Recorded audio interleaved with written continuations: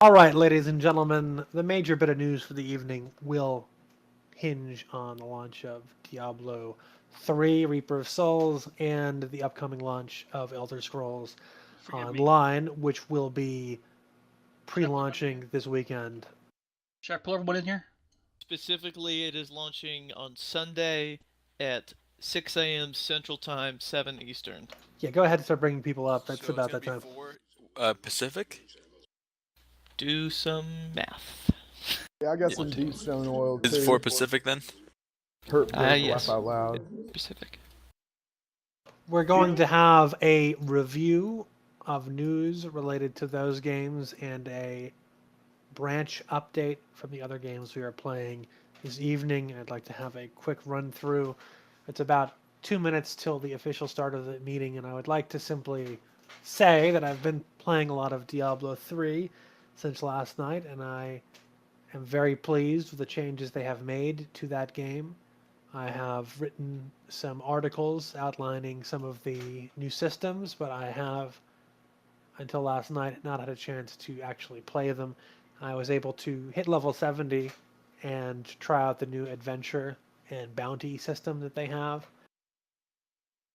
And I will say it brings in a tremendous amount of additional flexibility to do basically fun randomly generated dungeons. It's sort of similar to, say, I don't know if you all played Skyrim, but you could do repeatable quests where they would repopulate a ruin or a cave or whatever with bandits, vampires, werewolves, whatever, and you would go back through and you would clear the run, kill the lair boss, and then get a big sack of loot at the end. And in essence, that's what they've done.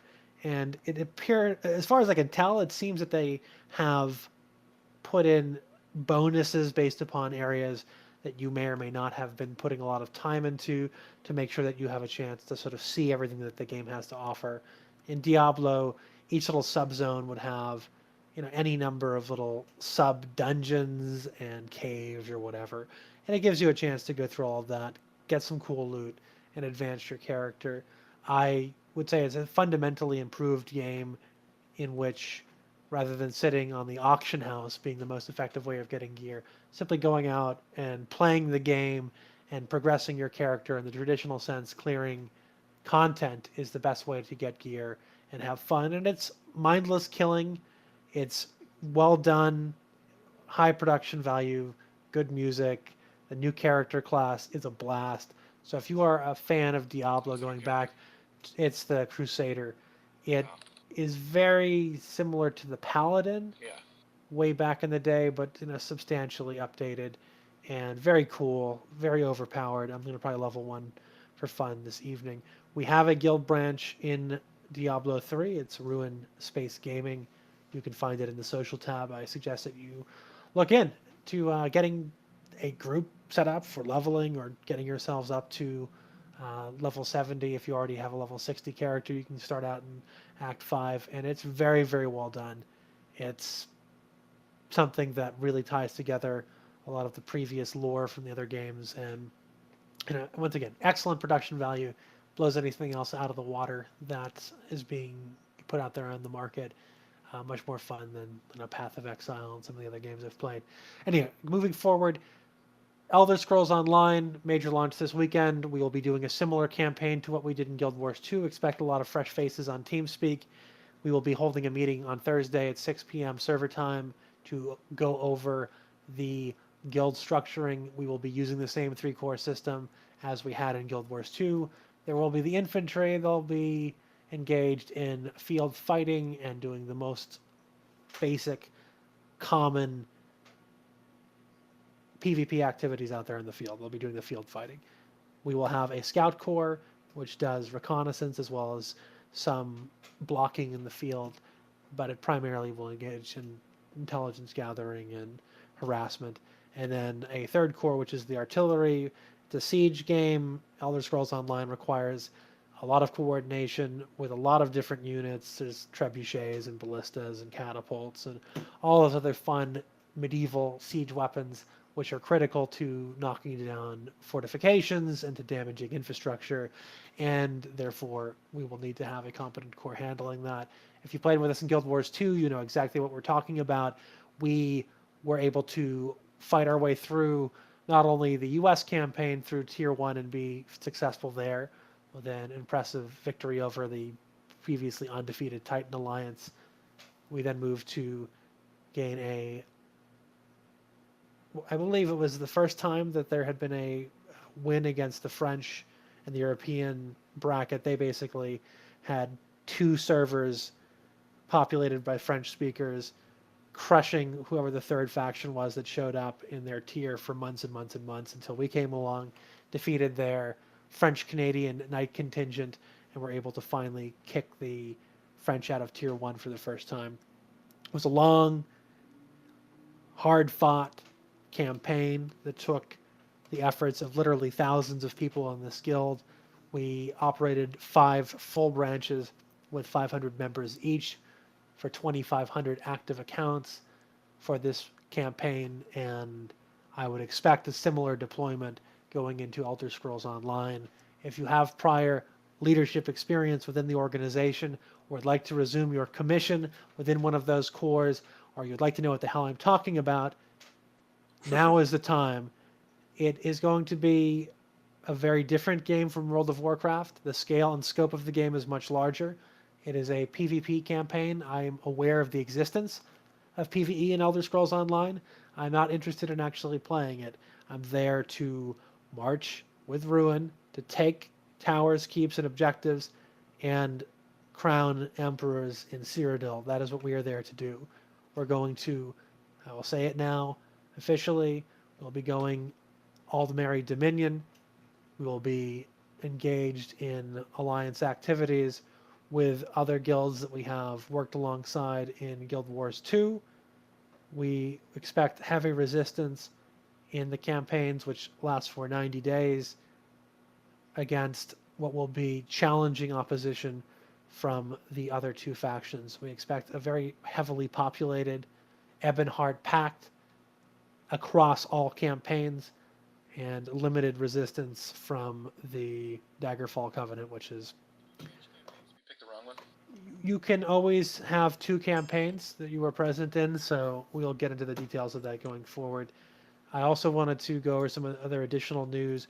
This is your last opportunity to complete your pre-orders and get your bonuses and early access to Elder Scrolls Online.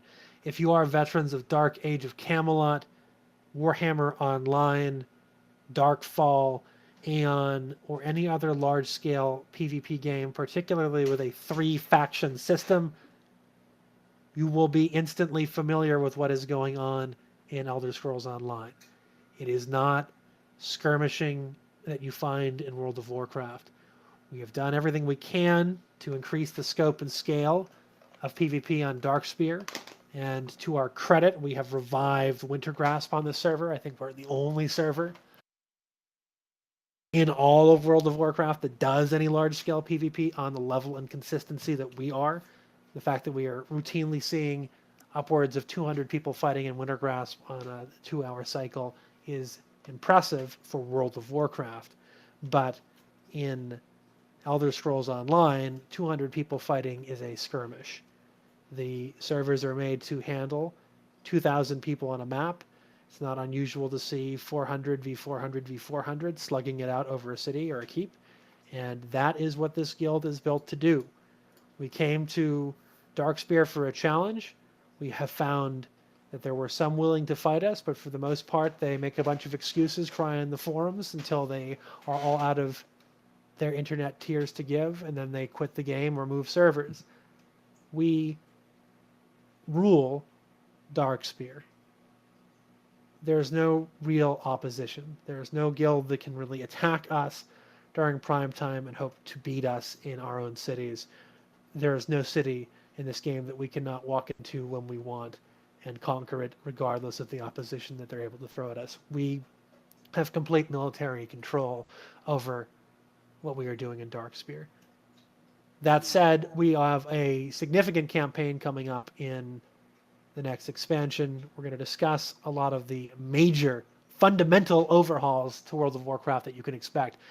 I have never seen such a comprehensive overhaul of an MMO, period.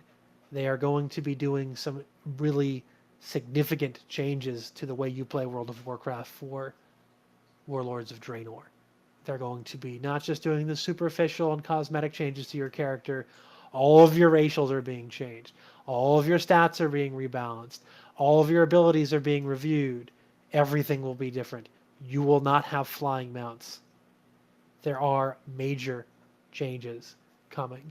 And it will not just be a simple ease into this cataclysm into Mist of Pandaria. It is a very difficult transition, and I think it's something that many people will take some time to get used to. The fact that your health pools will be a fraction of what they currently are, something like a third or a fifth of what you currently have. So the days of having health pools in the literal millions are essentially over. I did promise individuals a chance to discuss some of the other games and upcoming news and how to get people involved. But I will say right now, as a matter of guild business, if you are not registered on the guild forums, you are wrong. Do it now, please. I'm linking the information in the channel. The reason you need to be on these forums is, one, it's polite. People in this guild put their hard-earned money and time into providing us all with this resource so we could use it. It is an up-to-date, modern Zenforo package that is specifically designed to be functional on your iPads, iPhones, and other smart mobile devices so that you can communicate and keep up to date. All of the news and updates and class guides and things that are relevant to all of you are provided every day on the forums and on our Facebook page. Any information that is relevant to any of the major games we are playing, we spend the time to review it. Anything that we miss is put up there. Things that are useful to all of you are there. Builds on effective but inexpensive computers are provided by people who know. And I would like to point out Mr. Navalia for his assistance in this area. He is the resident computer guru when it comes to asking what is literally the best bang for my buck for a new rig, what are the best components that are coming out right now that will play this game on max settings at 60 FPS or more. He can give you that answer, no bullshit, with a build, ordered, ship signed, and delivered. He is your guy. We have many other specialists who handle modifications for different games, who cover news content for different games. We have specialists who are covering all the major games that are coming out. Soulstorm is producing a tremendous amount of content on Elder Scrolls Online. Hackter is continuing to provide comprehensive streaming content on the games that are out there. And I would like to do a special shout out to Rate of Fire, who has been producing just a huge amount of information and guides and how-tos on every aspect of what we're doing. The least all of you can do is participate, watch it. Almost everything that we do in the guild, PvP, PvE, it's all up there for you to review, to watch, to become familiar with, and to put to good use. And that's what we would like to get done. What's up? For those who do not know, what's the site? It's community.ruination.com or just ruination.com. Put it here. Thank you. Just click on ruination.com and then click on forums. It will go right to where you need to be. It's very, very simple.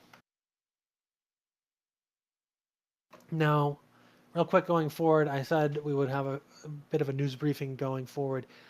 Soulstorm, are you present to give a quick briefing on Elder Scrolls Online, final information, and is Arago here as well?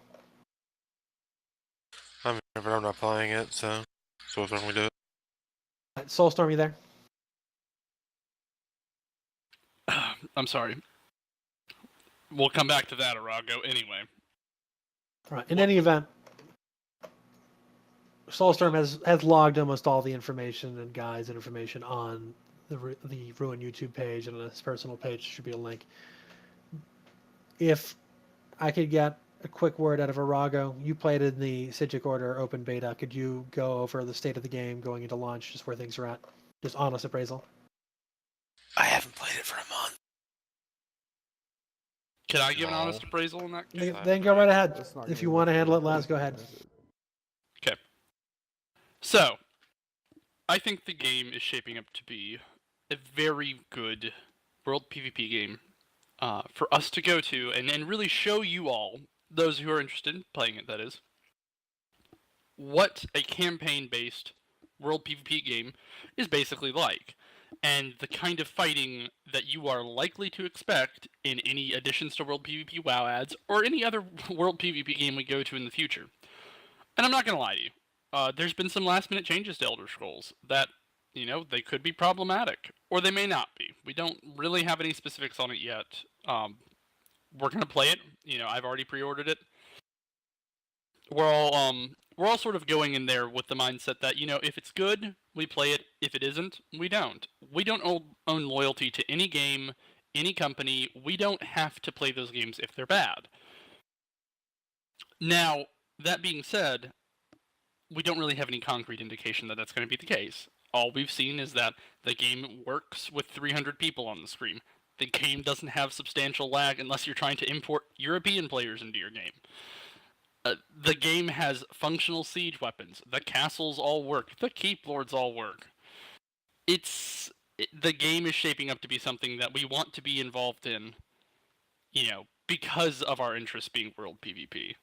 A lot of our competition is going to be there. A lot of good potential recruits who are going to be pretty much solely interested in being in a world PvP guild are going to be in that game. And, those are the people you want fighting beside you ultimately, not necessarily, Johnny, who, just got tired of raiding today and decided that, maybe he wanted to do a little world PvP on the side. So, Laz, I have a question. I have an answer. So for I was actually looking at a video on YouTube about the keep fighting. Is that like a BG or is that actual world No. PvP? There are no BGs. Okay, so it's actual world PvP. There's a big zone in the middle of the map, called Cyrodiil. Awesome. And that is your world PvP zone. If I had to equate it to sizes, it's easier to equate it to Guild Wars 2. But you can't just walk into it. It's important Right. to clarify. You have to be level 10 or level 5. Did they lower it to level 5? I heard they were talking about that. I have no idea. Point being, you have to get to some minimum low-level requirement to go there, and there you go. It is easiest to equate it I'm to putting you in charge of this rig group. Eternal Battlegrounds in Guild Wars 2. It's about 3 Eternal Battlegrounds put together. If you've never seen what the Eternal Battlegrounds look like in Guild Wars 2, if I had to make a World of Warcraft comparison, with no flying bounce, with just walking around on foot, it's probably about as big as from Stranglethorn to about Ironforge. And it is Maybe a little bit technically bigger an than that. instance. And it scales Large down, right? amount. If you're like level 10, it scales you to like There's the a higher template level that you players. get scaled up to. It's essentially getting a battleground boost. If you never leveled an alt, it's a lot like that. Just assume 10 times as many people as you would see in Winter Grasp is what you're looking at. Yeah. Imagine 10 times the size of Winter Grasp with 10 times as many people fighting Because at the same there's a- time. And you There's a actually have to desirable repair goal. the walls, don't you? And like no they don't lag. repair Right, you have themselves. You You have have to to purchase imagine it repair if you want to kits, see what it and you looks have to like. repair it. And so, the objective there is to take the keeps, as many as possible, to increase the influence of your alliance, and then, theoretically, to capture all the keeps around the throne, or, Central City, the White Gold City, and then crown yourself Emperor of Cyrodiil. That is the goal. Yep. Very nice, very nice. Which then you're essentially a god in that campaign. You certainly get many benefits to being Emperor. It looks very promising. Have we does look committed very to a promising. certain campaign, or We have committed to the Dominion. Aldmeri Dominion. I know that faction I know, but there's certain campaigns. They might There are- change the names. We don't know. That will be decided at launch. Yeah. Everyone will I'll be just well pick appraised of that before we make any ESO. final decision. Don't choose a home campaign unless you know for a fact that ARC has chosen that campaign, because it costs a lot of time, aka alliance points, to swap your home They actually campaign. just dropped it down. Good point. Good point. They actually just dropped Did the they? alliance points down to 15,000 Oh, and a week It of actually only an hour. doesn't take. Oh, wow. I've heard that you can do some PvE stuff in the during like the keep seizures and stuff. Like Yes. there are some Yeah, there's quests. bosses. You can kill like big, huge. There are titans some and daily. whatnot. I'm gonna realistically appraise you here, right? there are some daily quests that give some substantial rewards for being in Cyrodiil that you want to do. There are some quest hubs in Cyrodiil that give okay rewards. There are some group dungeons in Cyrodiil that give decent rewards, high-level rewards, because it's scaled to your level. And theoretically, the middle city, the Imperial City, is supposed to be a raid-like instance. And so, there That will you be can get alliance rewards. points. There Well. will be rewards for doing these things. Presently, the Imperial City is not in the game. That is certainly one of those things that they're going to do first major patch. But for right now, yes, there are some substantial PvP reward or PvE rewards you can get. Are they better than what you can get in the PvE world? No. I mean PvP. No, I meant PvE world. The PvE rewards from Cyrodiil are not the best you can get. Those are in the PvE world. Okay.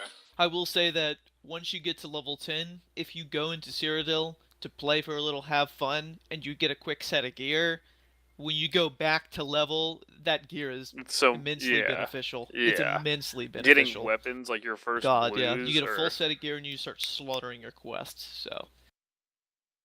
Definitely check it out as soon as possible. Go to But Cyrodiil sure you PvP wait right away. to see what Yeah. campaign we're going to be in. nice Yep. and smooth. Now, is it true that stats they scale with your certain stats? Like stamina, it's for weapon skills, and spells are for magicka. That Not that always. increases the damage.